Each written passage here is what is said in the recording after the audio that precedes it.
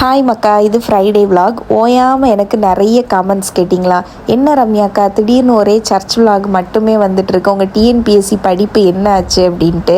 அது ஒன்று ஆவலை பார்த்துக்கோங்க, படிச்சுட்டு தான் இருக்கேன். நிறைய பேர் நினச்சிட்டு இருக்காங்க நான் படிக்கிறத ஸ்டாப் பண்ணிட்டேன் போல இருக்குது அப்படின்ட்டு. இல்லை இல்லை இல்லை, நான் படிச்சுட்டு தான் இருக்கேன். நீங்கள் கொஞ்சம், அதாவது வெறும் என் லைஃப்பில் இருக்கிற ஒரு 5 மினிட் ஒரு 4 மினிட் அவ்வளோ கிளிப்பிங் தான் நீங்கள் பார்த்துட்ருக்கீங்க. மற்ற நேரம்லாம் நான் படிச்சுட்டு தான்டே இருக்கேன்.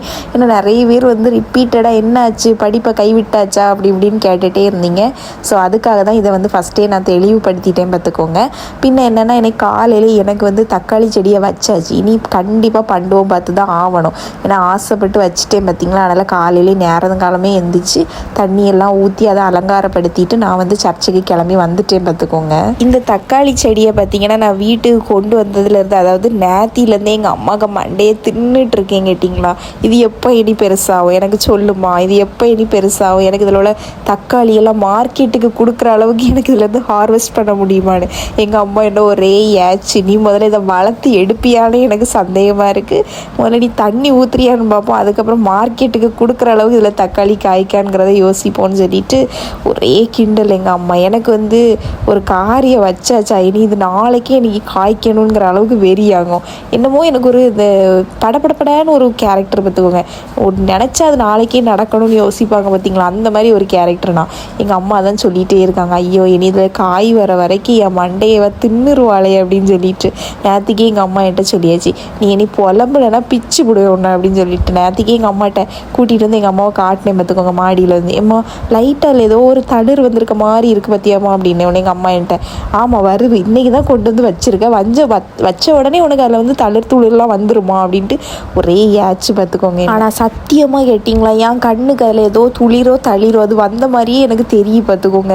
ஆனால் கொண்டு வர நேரம் எனக்கு அது தெரிஞ்ச மாதிரி தெரியலை. ஆனால் இங்கே வந்து நான் தண்ணி ஊற்றுறோன்னு எனக்கு வந்த மாதிரி ஒரு வந்து பிரம்மையா இல்லை நிஜமாக வந்திருக்கா அப்படின்னு எனக்கு தெரியல பார்த்துக்கோங்க. ஒரு மாதிரி ஒரு கிளி பச்சை கலரில் அழகாட்டு இருக்குது. நாளைக்கு வீடியோவில் வேணால் நான் உங்களுக்கு காமிக்கேன், நீங்களே அதை பாருங்கள். ஸோ டிஎன்பிஎஸ்சி பொறுத்த வரைக்கும் பார்த்திங்கன்னா நான் வந்து ஸ்கூல் புக் தான் படிச்சுட்ருக்கேன், நான் உங்ககிட்ட ஷேர் பண்ண மாதிரி.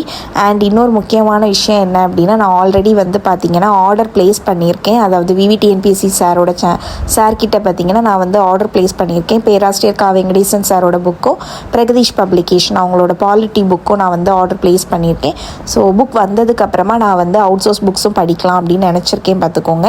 ஸோ பார்க்கலாம். ஸ்கூல் புக்கை படிக்க நேரம் எனக்கு எப்படி ஃபீல் ஆகுது அப்படின்னா, ஏதோ அரைச்ச மாவையே அரைச்சிட்டே இருக்க மாதிரி இருக்குது பார்த்துக்கோங்க. ஒரு பாடு காலம் நம்ம படித்தாச்சு, அரைச்சிட்டே இருக்க மாதிரி இருக்குது அரைச்ச மாவையே. சரி பின்ன இனி காலதாமதம் பண்ணாண்டான்னு சொல்லிட்டு நான் வந்து ஆர்டர் ப்ளேஸ் பண்ணியிருக்கேன்.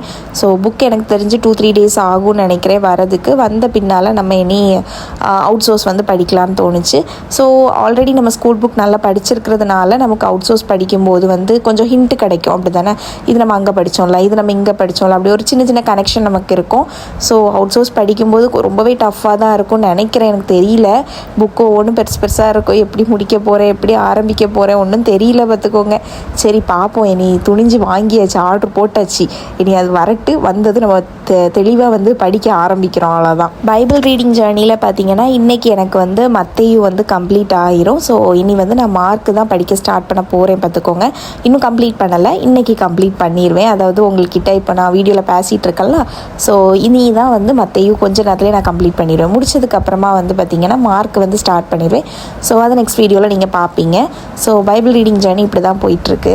இன்றைக்கி சர்ச்சிலேருந்து வெளியில் வந்ததும் பார்த்திங்கன்னா வாட்சர் அங்கிள் என்ன கூப்பிட்டு, பாப்பா விஷயம் கேட்டியா, எல்லாருக்கும் 5000 ரூபா பேங்க் அக்கௌண்ட்டில் வந்திருக்கான் கவர்மெண்ட்லேருந்து, உங்கள் அம்மாவுக்கு வந்திருக்கான்னு ஒன்று கேட்டுரு சரியா அப்படின்னாங்க. அப்படியா, எனக்கு ஒரு 5000 ரூபாயா, அது எப்படி அப்படின்னு சொல்லிட்டு ஷாக்காக இருந்துச்சு. பார்த்தா கவர்மெண்ட்லேருந்து 5000 ருபீஸ் எல்லாருக்கும் கொடுத்துருக்காங்களாம், உங்களுக்கும் வந்துட்டான்னு சொல்லுங்கள்.